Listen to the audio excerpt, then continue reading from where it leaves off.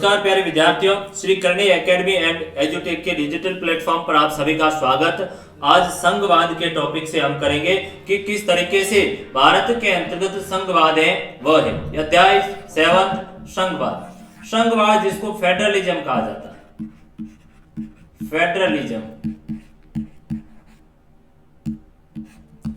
Federalism यानी भारत है हमारे कॉन्स्टिट्यूशन के अंतर्गत प्रथम जो प्रावधान किया गया है अनुच्छेद प्रथम, जिसमें कहा गया है कि भारत अर्थात इंडिया क्या होगा, राज्यों का संघ होगा। तो भारत है वो राज्यों का संघ। इसी संघ शब्द से आगे जाकर मिला है शब्द बनता है आपका संघवाद। संघ और एक है वाद, दो शब्द है। तो संघ का मतलब होता है संगठित। क्या है? संघ का मतलब है संगठित।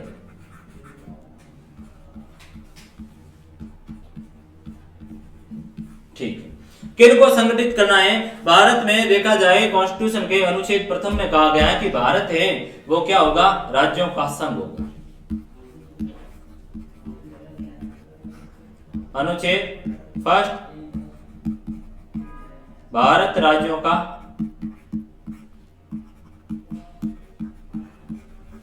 संघ होगा। ये अनुच्छेद प्रथम की थ्योरी। इसके अनुसार भारत में जो राज्य है वो क्या है, केंद्र और राज्य दोनों का एक संगठन होगा। सभी संगठित रूप से क्या करेंगे, भारत राष्ट्र की जो संकल्पना है उसको करने का काम कौन करेंगे, केंद्र और राज्य। अब ये दोनों कैसे मिले? क्योंकि आप देखोगे एक शब्दावली है संघ।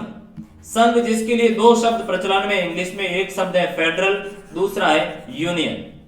संघ शब्द दो शब्द चल रहे, एक तो है फेडरल और दूसरा है यूनियन। तो भारत में जो अपनाया गया कॉन्स्टिट्यूशन के अंतर्गत वो यूनियन अपनाया गया। यूनियन क्या कह रहा है, फेडरल क्या कह रहा है, उस शब्द को आप समझिए तो चीजें आपकी समझ में आ जाएगी कि वास्तव के अंतर्गत है वो फेडरलिज्म की कहानी क्या है। कहानी ये है, यूएसए में देखोगे तो फेडरल अपनाया गया सिस्टम। यूएसए अमेरिका में कौन सा सिस्टम है, फेडरल है। अमेरिका क्या होगा, राज्यों का फेडरल है, वो भी संघ है। और भारत भी राज्यों का संघ है। भारत है वो राज्यों का यूनियन संघ है और अमेरिका है वो राज्यों का फेडरल संघ है। बहुत बड़ा अंतर और बहुत ही नाजुक और छोटा सा अंतर है। इसकी आप चीजों को सीखें। अमेरिका के अंतर्गत यदि हम देखेंगे तो एक तो है केंद्र और दूसरा वहां पर है राज्य। इन दोनों के मध्य क्या एक समझौता, एक एग्रीमेंट के तरफ से ये काम कर रहे हैं। क्या है? एक एग्रीमेंट के तौर पर काम कर रहे हैं। केंद्र का अपना अलग संविधान काम कर रहा है, नीति नियम अलग काम कर रहा है, और जो वहां पर राज्य काम कर रहे हैं उन राज्यों का भी अलग संविधान काम कर रहा है, अलग राज्यों के नियम चल रहे हैं। एक तो ये अमेरिका के अंतर्गत अमेरिकी संघ में ये मामला चल रहा है। ठीक है, आइए भारत में क्या चल रहा है उसको भी देखिए। भारत में चीजें चल रही है इस तरफ से। भारत में भी चीजें दो की दो है, एक तरफ केंद्र है और दूसरी तरफ है राज्य।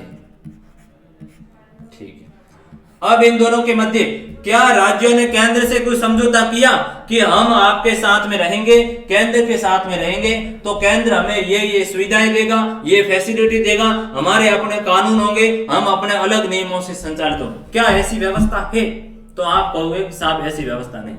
तो कैसी व्यवस्था है? हमारे लिए एक संविधान है, उसी संविधान को फॉलो केंद्र भी करेगा, उसी संविधान को फॉलो राज्य भी करेगा।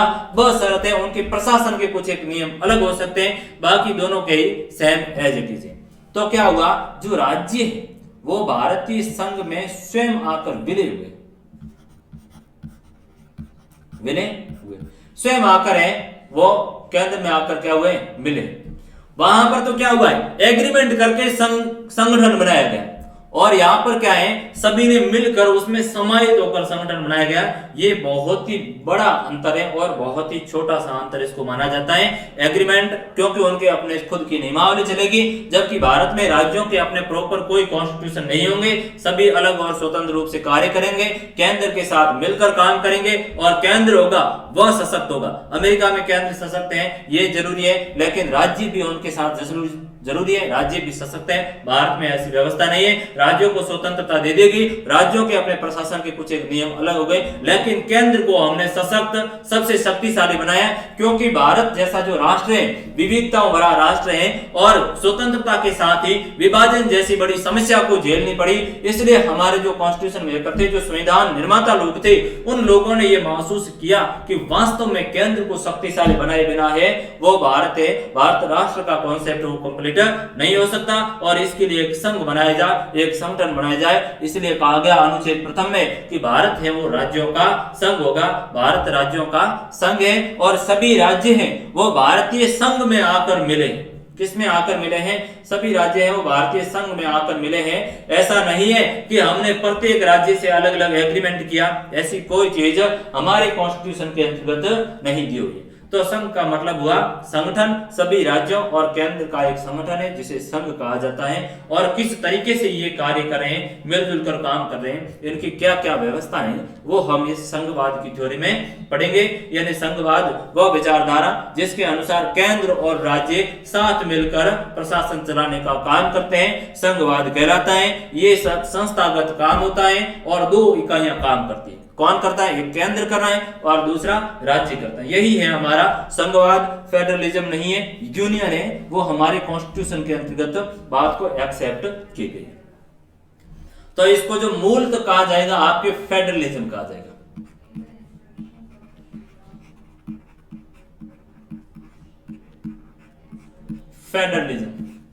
फेडरलिज्म है वो कहा जाता है, संघवाद कहा जाता है। और जो मानचित्र दिया हुआ उसमें आप देखोगे कि किस तरीके से केंद्र और राज्य दोनों ही मिलकर एक संघ बना। भारत है वो पूरा का पूरा आप देखोगे ये संघ है, सभी राज्य हैं। आप देखोगे प्रत्येक राज्य को अलग अलग लाइनों के द्वारा अलग अलग कलर से दर्शाया गया है।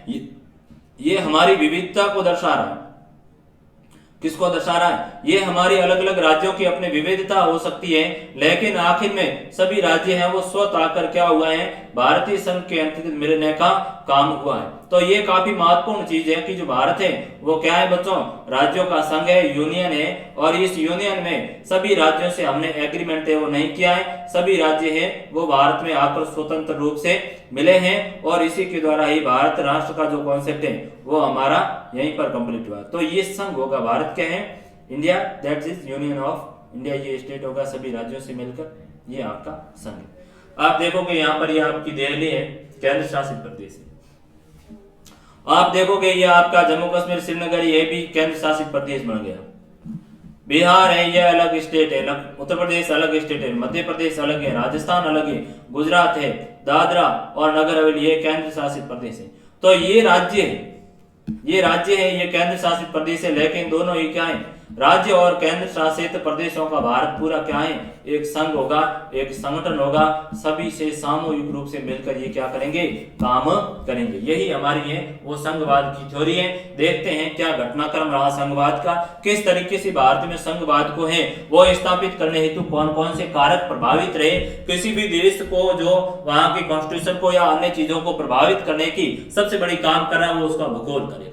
वहां के जो सांस्कृतिक परंपराएं क्या रही, उस देश की विविधताएं क्या रही, वे सब कुछ उसको प्रभावित करेंगे और उन्हीं के अकॉर्डिंग संघवाद का भी निर्माण होगा।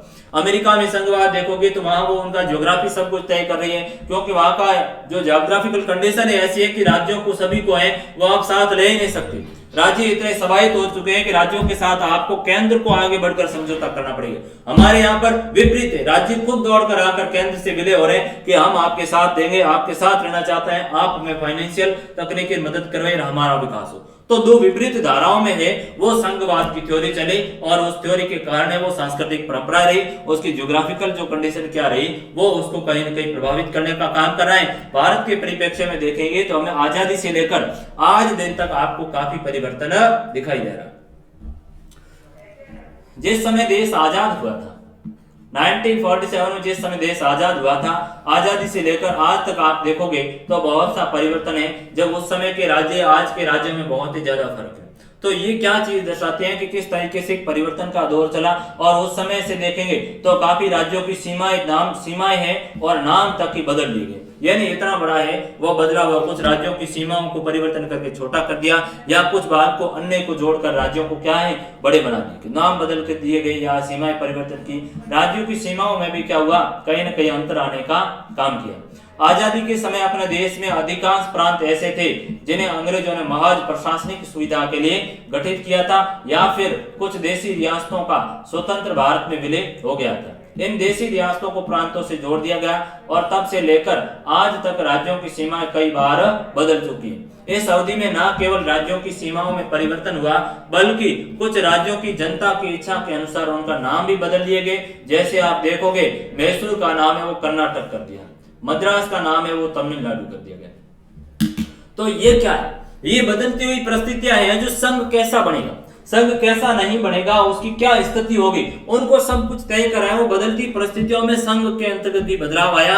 हम देखेंगे कि जो भारत आजाद हुआ उस समय राज्यों की संख्या कम थी, राज्य या तो बृहद थे, तो उन राज्यों की सीमाओं में बदलाव हुआ, राज्यों को बड़ा किया या छोटा किया, उनके नाम बदल लिए गए और कुछ एक की तो सीमाएं तक है वो खत्म कर दी गई। ये जो व्यवस्थाएं थी उस समय की, तो वो अंग्रेजों ने केवल प्रशासनिक सुविधा के लिए गठित किए। उनके बाद में हमने राज्यों का पुनर्गठन किया, कुछ देशी रियासतें भारत में आकर विलय कर दी, कुछ का है वो नए राज्य गठित कर दिए गए, जिनके कारण है। और कुछ एक ऐसे स्टेट थे जहां पर जनता की मांग के मुताबिक उनकी है नाम परिवर्तन किया, जिसमें हम मैसूर कर्नाटक का देखेंगे, मद्रास तमिलनाडु उनका भी नाम परिवर्तन करके क्या कर दिया गया, मद्रास का तमिलनाडु, जो जनता की मांग की मुताबिक था। इसी से संघवाद का स्वरूप आया। अब आपका इसी के अंतर्गत कुछ एक सवाल दिए हैं जिनसे हमारा टॉपिक क्या होगा, शुरू होगा कि किस तरीके से है वो आप अध्याय को समझोगे।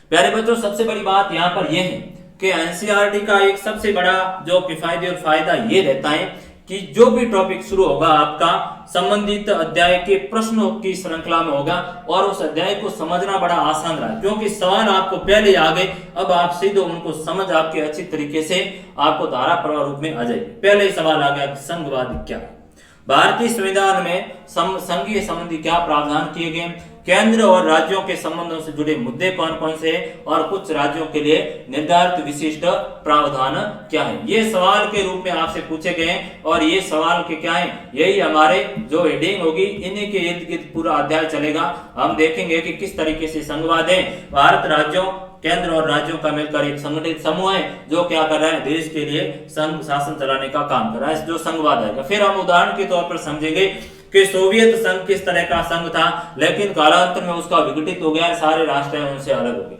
नाइजीरियन संगठन है वो किस तरीके से बना, नाइजीरिया के अंतर्गत क्या व्यवस्था रही, संघ बनाने की कोशिश की, लेकिन वह तानाशाही शक्तियां स्थापित हुई, संघ का फॉर्मूला फेल हो गया।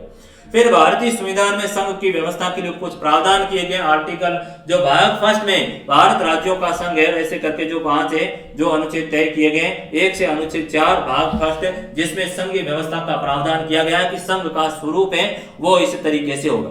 फिर केंद्र और राज्यों के अलग अलग संबंध है, उनसे हमें चीज निर्धारित हो कि भारत का जो संघ है वो किस तरह से काम कर रहा है। केंद्र और राज्यों के मध्य संबंध के लिए प्रशासनिक क्या क्या संबंध है, फिर उनके लिए 3 जो सूचियां जारी की गई, संघ राज्य और समवर्ती सूची, उन पर कैसे कार्य कर रहे हैं। वित्तीय शक्तियां क्या क्या है, विधायी कौन सी, उनसे ये तय होता है कि किस प्रकार की इनमें आपस में क्या है कॉम्बिनेशन है। और कुछ राज्यों के लिए विशेष प्रावधान है, जैसे अनुच्छेद 370 के अंतर्गत जम्मू कश्मीर राज्य है, उसके लिए कुछ विशेष प्रावधान किए गए। जम्मू कश्मीर के लिए आर्टिकल 370 के तहत विशेष प्रोविजन किए गए, लेकिन 2019 के अगस्त माह में इस विशेष प्रोविजन वाले खंड को क्या कर दिया गया है, हटा दिया गया है। लेकिन हमारे लिए आज भी इसमें कुछ एक महत्वपूर्ण है जो चीजों को आपको समझने के लिए बहुत ही जरूरी। आगे बढ़िए, क्या कह रहा है जो संघवाद की थ्योरी, उसको समझते हैं। संघवाद, सोवियत संघ का एक उदाहरण लेते हैं जिससे आपको चीज समझ में आ जाएगी कि संघ क्या है, किस तरह से अस्तित्व में आया, संघ किस तरह से काम मिलकर करता है। मैंने बताया कि संघ है वो केंद्र और राज्यों का एक संगठन है। संघ क्या है, आपकी सीधी जहन में आना चाहिए कि संघ केंद्र व राज्यों का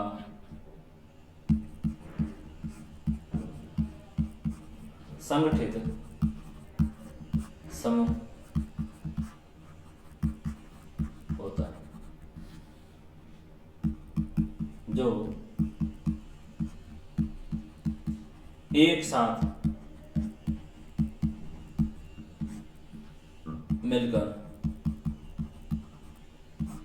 प्रशासन चलाने का काम करता है। कहेंगे कि जो संघवाद है वो केंद्र और राज्यों का क्या है, संगठित समूह है जो एक साथ मिलकर प्रशासन चलाने का काम करता है, विकास के कार्य करेगा, संघवाद कहलाया जाएगा। और भारत में हम संघवाद को देखेंगे तो हमारे कॉन्स्टिट्यूशन के भाग फर्स्ट में है वो संघ का उल्लेख किया गया है, और जिसमें कहा गया है भारत के संदर्भ में, भारत के संदर्भ में कहां पर है, भारत के संदर्भ में देखेंगे कि भाग फर्स्ट अनुच्छेद 1 से लेकर 4, अनुच्छेद 1 के तहत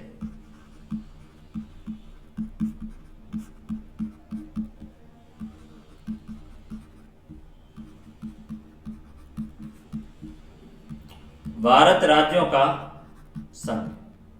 तो ये शब्दावली भारतीय संदर्भ में कहेंगे केंद्र व राज्यों का संगठित समूह जो एक साथ मिलकर प्रशासन और विकास का काम कर रहे हैं। और भारत के संदर्भ में संघ देखा जाए तो भाग फर्स्ट में अनुच्छेद 1 से 4 तक लेकर कहा गया है कि भारत है वो अलग अलग राज्यों से किस तरह से मिलकर बनाए। भारत राज्यों का संघ है, समूह है जो संगठित करके भारत राष्ट्र के कॉन्सेप्ट को पूरा करने का काम करेगा। तो ये भारत के संदर्भ। एक उदाहरण समझेंगे कि सोवियत संघ है वो विश्व की एक महाशक्ति थी, वह 1989 के बाद वह अनेक स्वतंत्र देशों में बढ़ गया। अब सोवियत संघ विश्व का एक शक्तिशाली देशों का संगठन था, जिसका जो उत्तराधिकारी राष्ट्र है, शक्तिशाली राष्ट्र है, वो कौन है, वो है आपके रूस। ये सोवियत संघ, सोवियत संघ। और इसका जो अभी शक्तिशाली देश है वो है रूस मीन्स रशिया।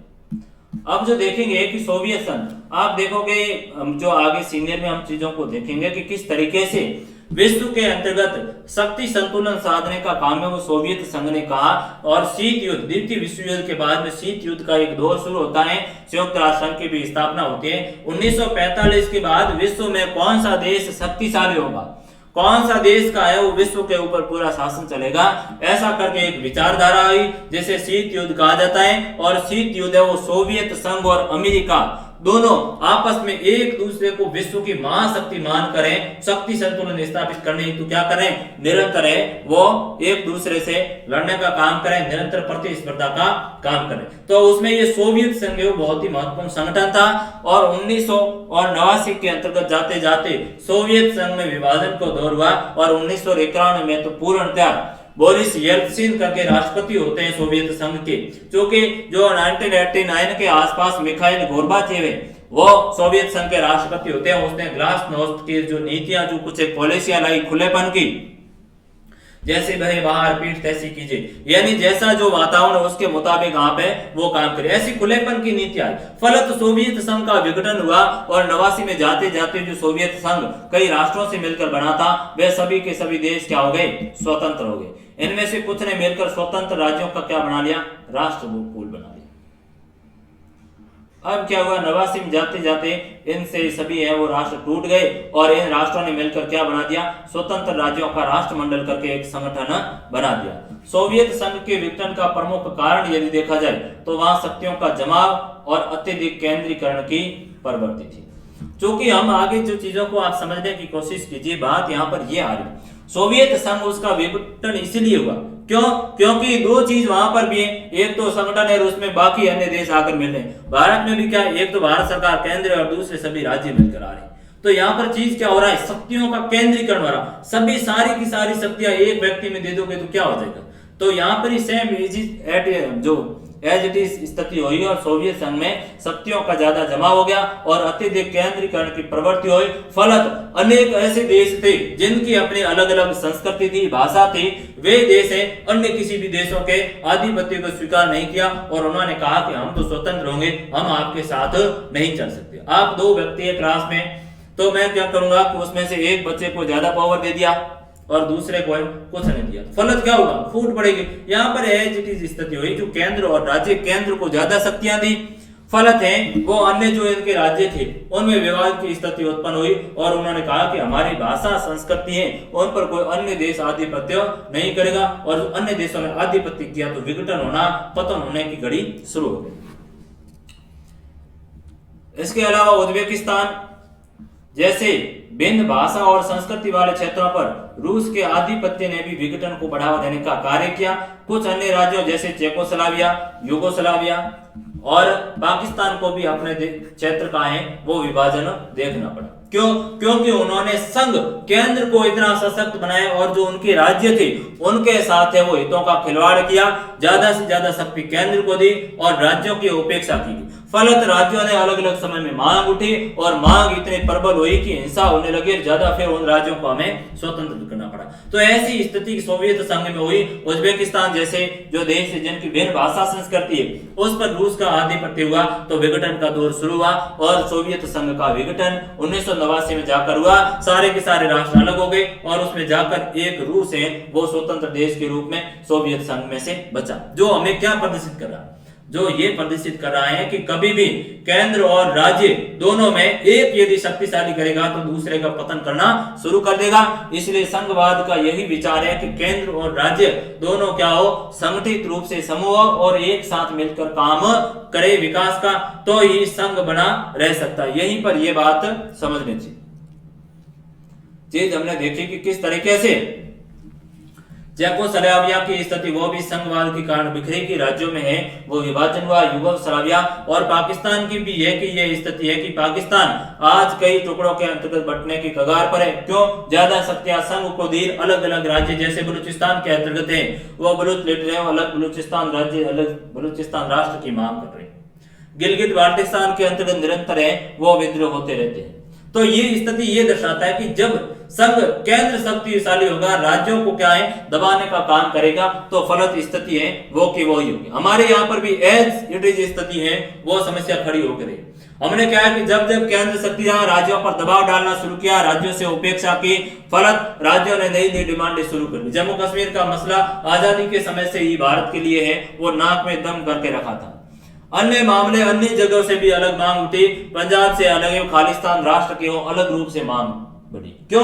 क्यों आपने उस राज्य में वहां कोऑपरेट नहीं किया, वहां के नागरिकों की जो मांग थी उस मांग को आपने कभी माना नहीं, उनकी जो बेसिक आवश्यकता थी उनकी बेसिक नीड को पूरा नहीं किया, तो फलत बात यही है कि वो अलग मांग तो करेंगे, सीधी सी बात। ऐसा का ऐसा बंगाल के अंतर्गत गोरखालैंड है वो अलग स्टेट की भी मांग कर रहे, अलग स्टेट की मांग कर रहे। क्यों? क्योंकि दार्जिलिंग का जो हिल का क्षेत्र है वहां पर है वो उनके विकास की और उनकी अलग संस्कृति और अलग बांग्ला संस्कृति दोनों से भिन्न है, फलत वे अलग स्टेट की मांग करें। तो ये भी क्या है, ये भी एक संघवाद को है वो कहीं ना कहीं खतरा है कि किसी के हितों की खिलवाड़ करोगे तो संघवाद चल सकता है तो नहीं चलेगा। यही बात है कि केंद्र और राज्य सामूहिक रूप से संगठित होकर कार्य करेंगे तो संघवाद का ही अवधारणा आएगी, अन्यथा नहीं हो सकता। कनाडा में भी अंग्रेजी भाषी और फ्रेंच भाषी मौके के आधार पर विभाजन की संभावना बढ़ गई और कनाडा के अंतर्गत भी ये स्थिति है कि कुछ लोग अंग्रेजी भाषी और कुछ है फ्रेंच भाषावलंबी है वो इस बात को लेकर निरंतर मांग कर रहे हैं, फलत विभाजन की संभावना बढ़ी। अब आपके ध्यान में आएगा साहब भारत की क्या स्थिति। आप सोचोगे कि भारत के लिए महान उपलब्धि का दौर रहा कि जो 1947 में जो है नव स्वतंत्र राष्ट्र के रूप में जन्म हुआ, तो हमें है वो 1947 में दुखद विभाजन देखना पड़ा और स्वतंत्र राष्ट्र के रूप में पिछले 6 दशकों से वह अपना अखंड और अस्तित्व बनाए रखा है। यानी भारत की ये एक स्थिति थी। हमारी कॉन्स्टिट्यूशन के अंतर्गत जो संघ की स्थिति है वो हमारे संघ में कॉन्स्टिट्यूशन में क्या कर दिया था, निरूपण कर दिया था संघ भारत में।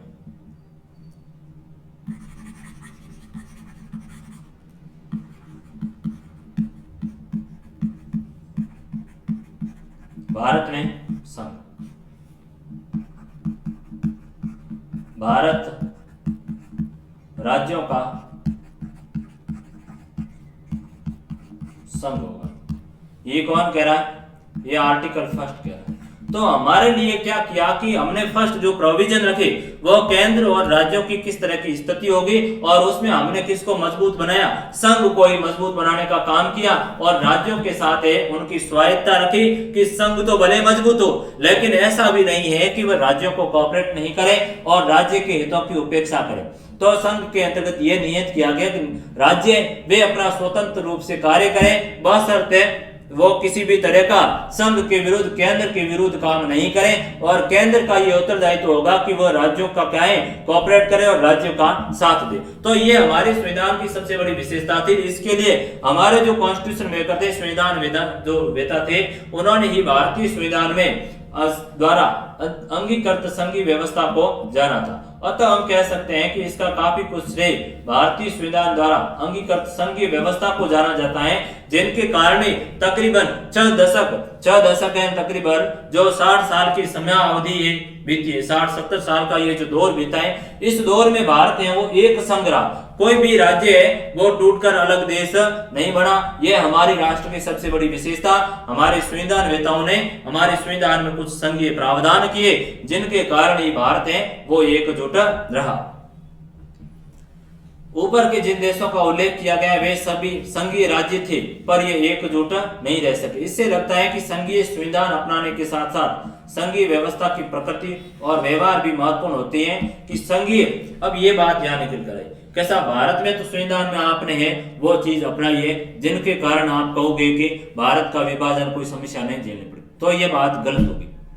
गलत इसलिए होगी कि कोई भी संघ सफल रूप से काम करे उसके लिए संघीय व्यवस्था की प्रकृति बहुत ही महत्वपूर्ण होती है। किस तरह के संबंध आपने है वो संघ है वो राज्यों के साथ कर रहा है, तो संघीय प्रकृति ही महत्वपूर्ण होगी। उसी प्रकृति के आधार पर ही इनके संबंधों का क्या होता है, निर्धारण होगा। इसी से ये चीज तय होगी कि जो प्रकृति से ही संघ है वो ज्यादा मजबूत रूप से चलेगा। एक अन्य उदाहरण को आप समझिए, वेस्ट इंडीज का एक उदाहरण समझिए कि वेस्ट इंडीज है उसमें किस तरह का संघवाद है वो बनता।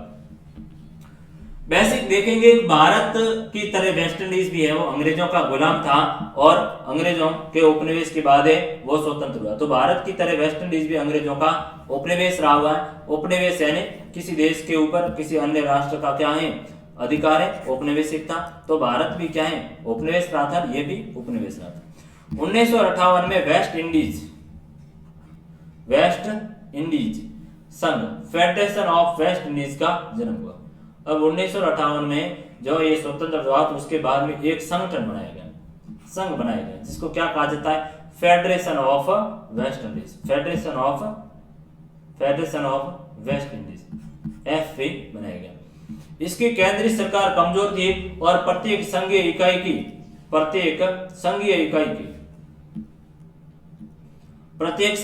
की अपनी स्वतंत्र अर्थव्यवस्था थी। अब यहाँ पर परिणाम क्या हो रहा है, आपने संघ तो बना दिया लेकिन संघ के अंतर्गत जो केंद्रीय सरकार थी उसको कमजोर बना दिया और राज्य है वो हावी हो रहा है। जो संघ बनाएंगे उसमें सरकारें दो होगी बच्चों। एक बात आप समझो, जो बार बार संघ आ रहा है, इस संघ में क्या हो रहा है कि कोई संघ बनेगा तो किसका संघ बनेगा, केंद्र और राज्यों का, इन दोनों का समूह होगा वही संघ होगा।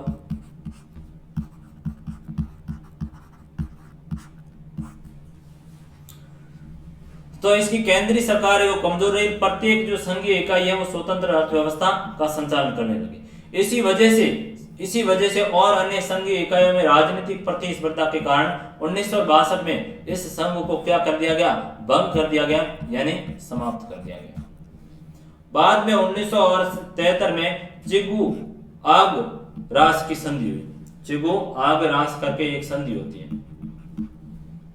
चिगु आगरास की संधि के द्वारा इन स्वतंत्र प्रायद्वीपों ने एक साझी संसद, सर्वोच्च न्यायालय, मुद्रा और कैरिबियन समुदाय नामक साझा बाजार जैसी संयुक्त व्यवस्थाओं का निर्माण किया।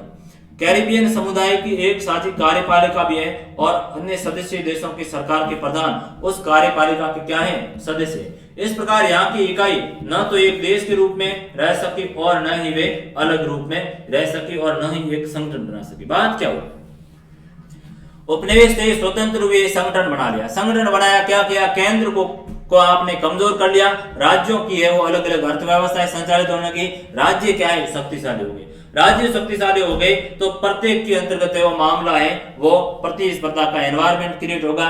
फरक 1962 में हमने इस संघ को भंग किया, नई संधि गठित की और नई संधि के द्वारा क्या किया गया, एक साझी संसद बनाई गई वेस्ट इंडीज संघ की सभी राज्यों के, एक सभी का सर्वोच्च न्यायालय, सभी का मुद्रीय एक होगे, सभी का कैरिबियन समुदायों का एक साझा मार्केट भी है वो बना दिया गया, साझी कार्यपालिका भी बना दी, सरकार भी बना दी। लेकिन क्या इतना होते हुए भी एक रूप में रह सके, तो कहेंगे कि ये सभी एक रूप में नहीं रह सके। इसका कारण ये है कि संघ को इन लोगों ने कमजोर कर रखा, फलत राज्यों में प्रतिस्पर्धा हुई और संघवाद वहां कभी भी सक्षम नहीं हो पाया। तो इस बात से ये चीज यहाँ निकल कर आई कि कोई भी संघ तभी जाकर सफल होगा जब उसमें दोनों ही संघ और राज्य दोनों ही समूह साथ मिलकर कार्य करेंगे, एक दूसरे को कोऑपरेट करेंगे और उसमें केंद्र को शक्तिशाली बनाएंगे और राज्यों को कोऑपरेट करेंगे, तो ही संघ है वो शक्तिशाली चल सकता है, अन्यथा नहीं चल सकता। जिस तरीके से एक परिवार के अंतर्गत एक परिवार में संघ रखना है तो उस परिवार का जो एक मुखिया होगा, वृद्ध व्यक्ति होगा, उसी के इर्द गिर्द ही पूरे परिवार का शासन नियंत्रण होगा और पूरे परिवार को टैकल करेगा तो वो वृद्ध व्यक्ति करेगा, तो ही परिवार का एक संघ बना रहेगा। वैसे की वैसी स्थिति राष्ट्रों की भी यही होती है, राष्ट्रों में भी वैसी स्थिति होगी, केंद्र और राज्य दोनों ही साथ मिलकर कार्य करेंगे तो ही क्या है कोई संघ है वो काम कर सकेगा। शासन के सिद्धांत के रूप में यदि देखा जाए तो संघवाद विभिन्न परिस्थितियों में भिन्न स्वरूप ग्रहण करता रहा है। संघीय राज्य की शुरुआत अमेरिका से हुई, लेकिन वह जर्मनी और भारतीय संघवाद से भिन्न। अब जो ये संघवाद अलग अलग परिस्थितियों में अलग अलग रूप के अंतर्गत आया, हम देखेंगे कि एक अमेरिका का संघ है जबकि दूसरी तरफ जर्मन और भारत का संघ है, वो संघवाद बहुत ही भिन्न। क्यों? इसलिए भिन्न है कि अमेरिका में जो अमेरिकी राज्य है, अमेरिका जो है वो राज्यों का संघ है, लेकिन राज्यों के साथ उस संघ ने क्या किया है, एग्रीमेंट किया है, समझौता किया है। हमारे यहाँ पर और जर्मनी में हमने क्या राज्यों से समझौता किया? नहीं, राज्य स्वतः आकर केंद्र में मिले, संघ में आकर मिले और राज्यों को हमने विशेष शक्तियां तो दी है, लेकिन विलय उन्होंने स्वयं ही किया। जो ये भिन्न भिन्न अवधारणाएं बदलती हुई, परिस्थिति बदलती हुई उनकी स्थिति के मुताबिक, फिर भी संघवाद की कुछ मूलभूत अवधारणाएं जो जिसको निश्चित रूप से संघवाद कहते हैं। और संघवाद ये क्या है? एक संस्थागत प्रणाली है। अब बात है, आप कहोगे साहब ये संघवाद क्या है? संघवाद है, उसको समझिए थोड़ी चीजों को, कि संघवाद है वो एक संस्थागत प्रणाली। पहली बात है,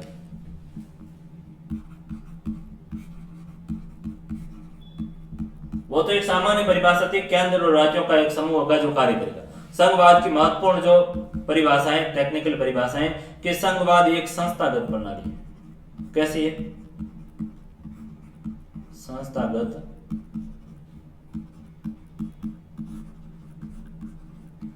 संस्थागत प्रणाली, जिसमें दो तरह की राजनीतिक व्यवस्थाएं शामिल होती। संस्थात्मक प्रणाली है जिसमें दोनों तरह की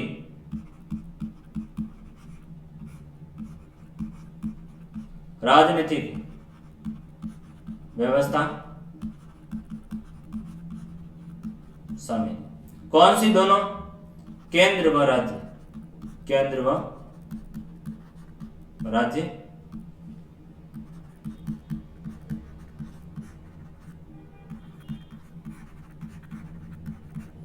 शामिल होती है। ये बात निकल कर कहेंगे कि जो संघवाद है वो एक संस्थागत प्रणाली, एक इंस्टीट्यूशनल सिस्टम है जिसमें दो तरह की राजनीतिक व्यवस्थाएं, केंद्र और राज्य दोनों ही मिलकर क्या करेंगे? शासन करेंगे, विकास का कार्य करेंगे, संघवाद कहलाया जाएगा। यह टेक्निकल परिभाषा निकल कर आई। क्या है ये? एक इंस्टीट्यूशनल सिस्टम है जिसमें दो व्यवस्थाएं होगी, एक केंद्र की होगी और दूसरी हो जाएगी क्या? जिसमें प्रांतीय और केंद्रीय दोनों स्तर की संस्थाएं मिलकर क्या करेगी? काम करेगी, तो वह क्या हो जाएगा? संघवाद। प्रत्येक सरकार अपने क्षेत्र को स्वायत्त होती है और कुछ संघीय देशों में क्या है? दोहरी नागरिकता की व्यवस्था की गई। लेकिन भारत में कैसी व्यवस्था है? भारत में एक ही नागरिकता है। क्यों? क्योंकि हमने संघ को मजबूत करने के लिए। अब आप देखोगे प्रत्येक राज्य है वो स्वतंत्र स्वायत्त होना चाहता है, ज्यादा से ज्यादा अधिकार चाहता है तो वो स्वायत्त हो जाएगा। और कुछ देशों में दोहरी नागरिकता अपनाई गई है, जैसे कि आप देखोगे अमेरिका का। अमेरिका का जो नागरिकों का कोई वीजा होगा, तो अमेरिका का कोई यहाँ पर आया है नागरिक, पर्यटक घूमना है, तो उनके वीजे के ऊपर एक अमेरिकी भी सिटीजन लिखा होगा, और दूसरा जो जहां से होगा, जैसे पेंसिल्वेनिया से है, न्यूयॉर्क से है, जो कोलंबिया से है, शिकागो से है, तो एक उनका भी नाम लिखा होगा। ये तो कहा है अमेरिका, यानी राज्य का भी नागरिकता है और देश की भी नागरिकता है, दोहरी नागरिकता का प्रोविजन वहां किया गया। भारत में कैसी है? भारत में एकल नागरिकता है, एकल नागरिकता है। एकल नागरिकता कैसे? एकल नागरिकता इसलिए है कि आपका कोई वीजा है, पासपोर्ट है, तो वीजे के ऊपर क्या होगा? आपका पासपोर्ट होगा, उस पासपोर्ट के ऊपर आप भारत राष्ट्र के नागरिक होंगे। वहां पर ये नहीं लिखा होगा कि कोई मुकेश कुमार है, वो आया है, उसका वो राजस्थान का है, आप कहां के निवासी हैं? राजस्थान के नहीं, आप हैं वो भारत के निवासी, भारत राष्ट्र के आप नागरिक हैं, राजस्थान के आप वहां निवास कर सकते हो, वो हो सकता है, लेकिन राष्ट्र के तौर पर आपकी पहचान होगी, प्रतिनिधित्व होगा, वो किसके आधार पर होगा? तो वो एक भारत राष्ट्र के नाम पर होगा, न कि राजस्थान के। तो भारत में एक ही नागरिकता है। इस प्रकार लोगों की दोहरी पहचान और निष्ठाएं होती है, जो वे अपने क्षेत्र के होते हैं उनके, और राष्ट्र की भी अलग होती है। जैसे हम में से कोई कहेगा कि कोई गुजराती है, कोई झारखंडी होने के साथ साथ कोई भारतीय भी होता है। प्रत्येक स्तर की राजनीतिक व्यवस्था की कुछ विशिष्ट शक्तियां और उत्तरदायित्व होते हैं, तथा वहां एक अलग सरकार भी होती है। दोहरे शासन की विस्तृत रूपरेखा अमूमन एक लिखित संविधान में मौजूद होती है, और ये संविधान सर्वोच्च होता है, और दोनों ही सरकारों की शक्तियों को मानना पड़ता है। राष्ट्रीय महत्व के विषय जैसे रक्षा है, प्रतिरक्षा, मुद्रा का उत्तरदायित्व संघीय या केंद्र सरकार का होगा, वही क्षेत्रीय या स्थानीय महत्व के विषयों पर कौन होगी? राज्य सरकारें हैं, वो जवाबदेही होगी। यानी जो संघवाद है उसमें केंद्र और राज्य दोनों हैं, और दोनों की अपनी अलग अलग शक्तियां होगी, और स्वतंत्र रूप से वह क्या होगा? उनका पालन करेगा, किनके द्वारा? अपने जो कॉन्स्टिट्यूशन में जो प्रोविजन है, जो खुद के कॉन्स्टिट्यूशन में, उसी के मुताबिक। भारत में केंद्र अलग काम कराए, राज्य अलग कराए, लेकिन वो उनके शक्तियों का विभाजन के आधार पर है, काम एक ही कॉन्स्टिट्यूशन के मुताबिक करेगा।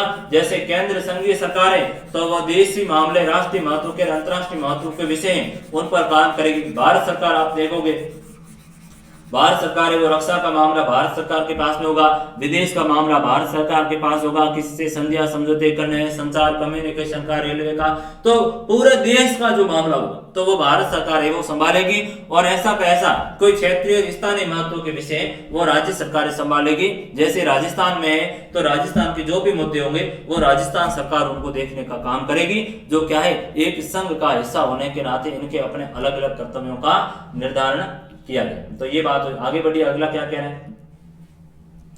केंद्र और राज्यों के मध्य किसी टकराव को रोकने के लिए एक स्वतंत्र न्यायपालिका की व्यवस्था होती है, जो संघर्षों का क्या करेगी? समाधान करेगी। न्यायपालिका को केंद्रीय सरकार और राज्यों के बीच शक्ति के बंटवारे के संबंध में उठने वाले कानूनी विवादों को हल करने का अधिकार होगा। ये कहां पर है? ये संघ के अंदर है। संघ है, मैंने कहा कि भारत है वो क्या है? राज्यों का संघ है, भारत राज्यों का।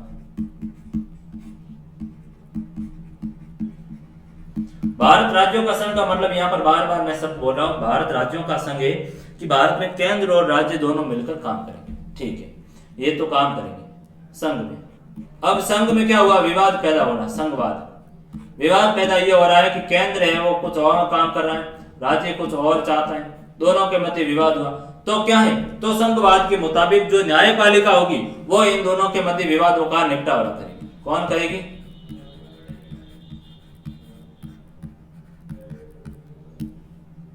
न्यायपालिका विवादों का निपटारा करेगी। तो ये महत्वपूर्ण बिंदु है कि केंद्र और राज्य के मध्य यदि कोई विवाद होता है तो ऐसी स्थिति के अंतर्गत जो न्यायपालिका होगी, कोर्ट होगी, जुडिशरी होगी, वह दोनों के मध्य क्या करेगी? समझौता यानी सॉल्यूशन का काम करेगी। आगे बढ़िए, संघवाद के तत्व कौन कौन से? कोई संघ है, उस संघ को बनाने में कौन कौन से कारक होते हैं वो तय करते हैं, उसी से संघ है वो लंबे समय तक चलेगा।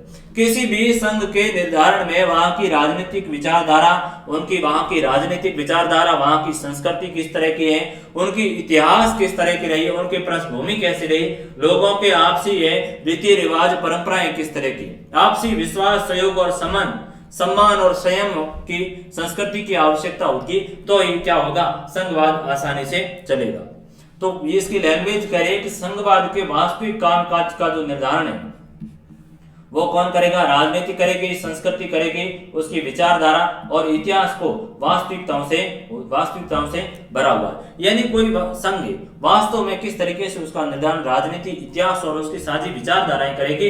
विचारधारा एक है तो वह संघ बनाकर आपस में क्या है, साथ चलेंगे, और नहीं तो नहीं चल सकते। और कोई भी संघ को लंबे समय तक साथ चलने के लिए क्या होना चाहिए, आपसी विश्वास की आवश्यकता होगी।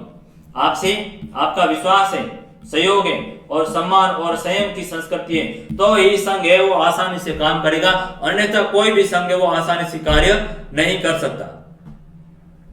राजनीतिक दलों के व्यवहार से भी यह तय होता है कि संविधान किस रास्ते चलेगा, और यदि कोई एक इकाई, प्रांत, भाषा या समुदाय या विचारधारा पर पूरा संघ है वो हावी हो जाए, तो दबदबा या कायम करने वाले ताकत के साथ इकाइयां या लोग हैं वो नहीं रहेगी, फलत उनमें विरोध पनपेगा। ये तो एक संघ के लिए आवश्यक तत्व थे। आवश्यक तत्व राजनीति होनी चाहिए, उसकी सांस्कृतिक विचारधारा, इतिहास, आपसी विश्वास, सहयोग, सम्मान और संयम होगा, तो एक संघ आप बना सकते हैं। मैंने कहा कि एक काम करो, पूरे आप कक्षा 11th और 12th के विद्यार्थी सभी मिलकर एक संघ बनाओ। आप संघ किस तरह से बनाओ, आपकी क्या आवश्यक नीड होगी, आप में एक दूसरे में विश्वास है कि हाँ ये मुझे कोऑपरेट करेंगे, हम साथ चलेंगे, ठीक है, तो ही बन सकते हो। सहयोग करेंगे, एक दूसरे का सम्मान करेंगे, संयम करेंगे, किसी भी तरह के कोई ऐसा विवाद का मसला आया और वहां पर आप हैं वो डंडों से एक दूसरे की धुलाई करोगे, तो क्या संघ चल सकता है, नहीं चल सकता। तो वहां पर संयम आवश्यकता होता है। एज इट इज ऐसी की स्थिति होती है, राज्य और केंद्र के मध्य में कोई विवाद होगा, एक दूसरे के कोई मामला आया, तो एक दूसरे को उसको विश्वास की तरह पर काम लोगे, कोऑपरेट करोगे, सहयोग करेंगे, उनका सम्मान करोगे, फिर उनमें एक दूसरे का संयम बरतोगे। यदि विवाद आया तो उस विवाद को ज्यादा नहीं बढ़ाते हुए उन पर संयम, धैर्य से काम करोगे, तो ही केंद्र और राज्य क्या करेंगे, आसानी से कार्य कर सकते हैं। राजनीतिक दलों के व्यवहार से भी यह कुछ तय होता है कि संविधान किस रास्ते चलेगा। यदि कोई एक इकाई या प्रांत, भाषाई समुदाय या विचारधारा पूरे संघ पर हावी हो जाए, तो दबदबा कायम करने वाली ताकत के साथ जो इकाइयां या लोग होंगे तो उनमें विरोध पनपेगा, और ऐसी स्थिति में नाराज इकाइयां अपने अलग होने की आवाज उठा सकती हैं और नौबत गृह युद्ध तक को आ सकती हैं, और बहुत से देशों को इस प्रकार के अनुभव से गुजरना पड़ा। ये दो तरह के तत्व हैं, दो तरह के तत्व निकल कर आए। एक तो सहयोग का है, सम्मान का है, संयम का। दूसरा क्या है, दूसरा तत्व ये आया कि आप यदि संघ है वो किसी पर क्या करेगा, इकाई, किसी इकाई, प्रांत, भाषा पर क्या करेगा, दबदबा कायम करेगा, तो क्या है, संघ नहीं चलेगा।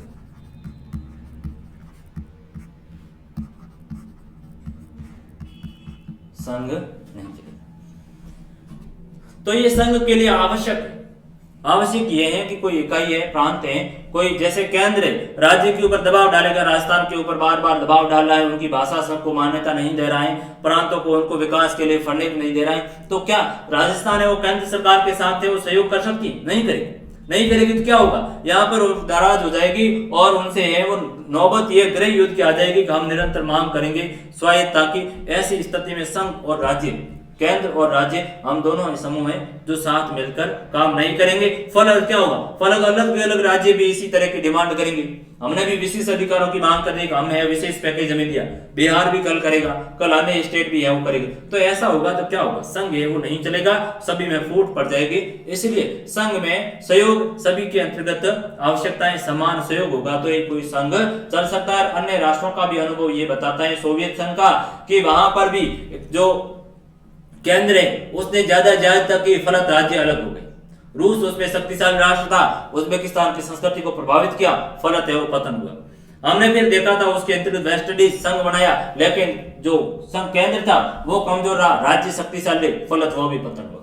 तो ये कुछ व्यवस्थाएं थी। एक अन्य उदाहरण है वो नाइजीरिया के उदाहरण को हम समझेंगे किस तरीके से नाइजीरिया के अंतर्गत संघवाद रहा और उस संघवाद ने किस तरीके से है वो समाप्त करने का काम किया। नाइजीरिया में भी संघवाद बनाने की कोशिश हुई लेकिन संघ है वो कभी भी साथ नहीं रहा।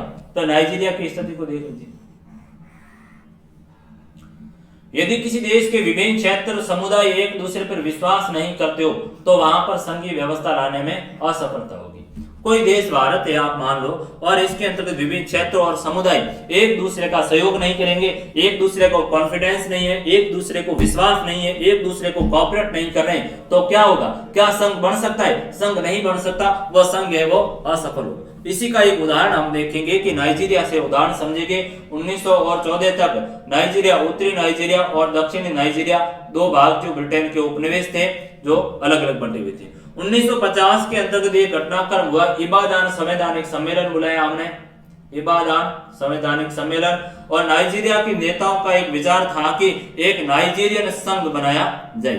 क्योंकि पहले दो भागों में था, बटा हुआ था। फलत क्या हुआ? इबादान सम्मेलन 1950 में बुलाया, नाइजीरिया स्वतंत्र हुआ। तो उस समय इबादान सम्मेलन में यह तय हुआ कि नाइजीरिया का क्या किया जाए, एक है वो क्या हो, संघीय व्यवस्था हो, एक संघ बनाया जाए। तो 1950 इबादान सम्मेलन क्या बात हुई? संघीय संविधान बनाने का निर्णय लिया। अब नाइजीरिया की तीन बड़ी जातियां, एक एरुबा है, नाइजीरिया की तीन बड़ी जनजातियां, तीन बड़ी जातियां, जातीयताएं, एरिबा है, इचो है, एरिबा, इचो और हौसा फुलानी। ये हौसा फुलानी होश भुलाने वाली है जनजाति है। एरुबा, इचो और हौसा फुलानी तीन जातीयताएं और इनके नियंत्रण में क्रमश देश के तीन क्षेत्र थे। पश्चिम में एरुबा है, इचो है पूर्व में और उत्तर में कौन है? हौसा। ये तीन जनजातियां अलग अलग क्षेत्र के अंतर्गत है, इनका अपना दबदबा है। पश्चिम में कौन है? पश्चिम के अंतर्गत आप देखोगे तो एरुबा है। पूर्व में कौन है? पूर्व में है इचो है और हाउस फुलानी कहां पर है? उत्तर में। ये ठीक है। इन क्षेत्रों पर अपना अपना नियंत्रण था और इनके द्वारा अन्य क्षेत्रों में अपना प्रभाव बनाने के प्रयास से भय और संघर्ष का माहौल है वो उत्पन्न हुआ। इससे वहां एक सैनिक शासन की स्थापना हुई और 1960 के दशक में संविधान में केंद्र और प्रांतीय संयुक्त रूप से नाइजीरिया की पुलिस का नियंत्रण करती रही। 1970 के दशक में यदि देखा जाए तो सैनिक संविधान के अंतर्गत किसी भी राज्य को सिविल पुलिस रखने का अधिकार नहीं था। हालांकि 1999 में नाइजीरिया में दोबारा लोकतंत्र की बहाली हुई लेकिन धार्मिक विभेद है वो आज भी बना हुआ। नाइजीरियाई संघ के सामने समस्या ये बनी रही कि तेल संसाधनों से प्राप्त राजस्व पर किसका नियंत्रण होगा और इस प्रकार नाइजीरिया की विभिन्न संघीय इकाइयों के बीच धार्मिक, जातीय और आर्थिक विभेद, आर्थिक जो भेदभाव था उनके आधार पर नाइजीरियन संघ भी संभव नहीं हो पाया। बात निकल कर क्या? नाइजीरियाई जो संघवाद पड़ा उसे बात ये निकल कर आई कि नाइजीरिया है वो अंग्रेजों का उपनिवेश था, ब्रिटिश उपनिवेश था, दो भागों में बंटा हुआ था, उत्तरी नाइजीरिया, दक्षिणी नाइजीरिया।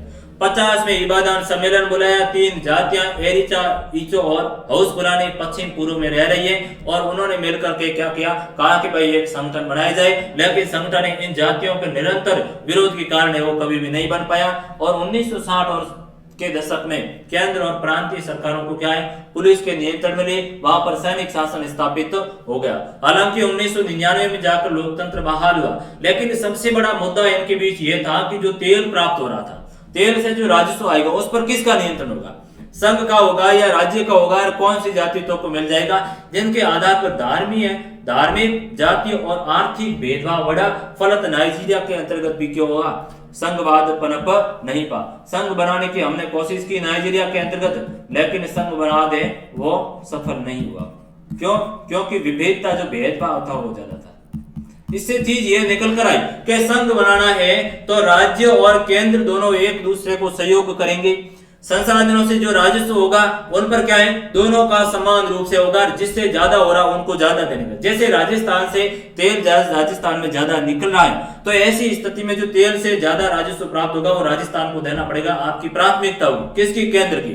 तो उसी तरह की यदि व्यवस्था हुई तो इस संघ है वो चल सकता है, अन्यथा संघवाद है वो चल नहीं सकता। तो ये 2-3 उदाहरण वेस्ट इंडीज में देखा हमने, नाइजीरियन में देखा और सोवियत संघ में देखा कि किस तरीके से संघवाद है वहां पर बनाने की असफल है कोशिश की, लेकिन संघवाद सक्षम है नहीं हो पाया, क्योंकि कहीं पर केंद्र ने ज्यादा शक्तिशाली की, राज्य कमजोर रहा, और कहीं पर ऐसी स्थिति आई कि राज्य हावी हो गए, केंद्र कमजोर रहा, फलत समाप्त हुआ। भारत में क्या स्थिति है? भारत में केंद्र और राज्य दोनों को संविधान ने समान शक्तियां दी है और कुछ विषयों में है वो दोनों को विशेष दी गई, फलत है दोनों कॉम्बिनेशन बनाकर चल रहे हैं, जिसकी हम बात है अगले नेक्स्ट क्लास के अंतर्गत करेंगे। इसी के साथ बहुत बहुत धन्यवाद।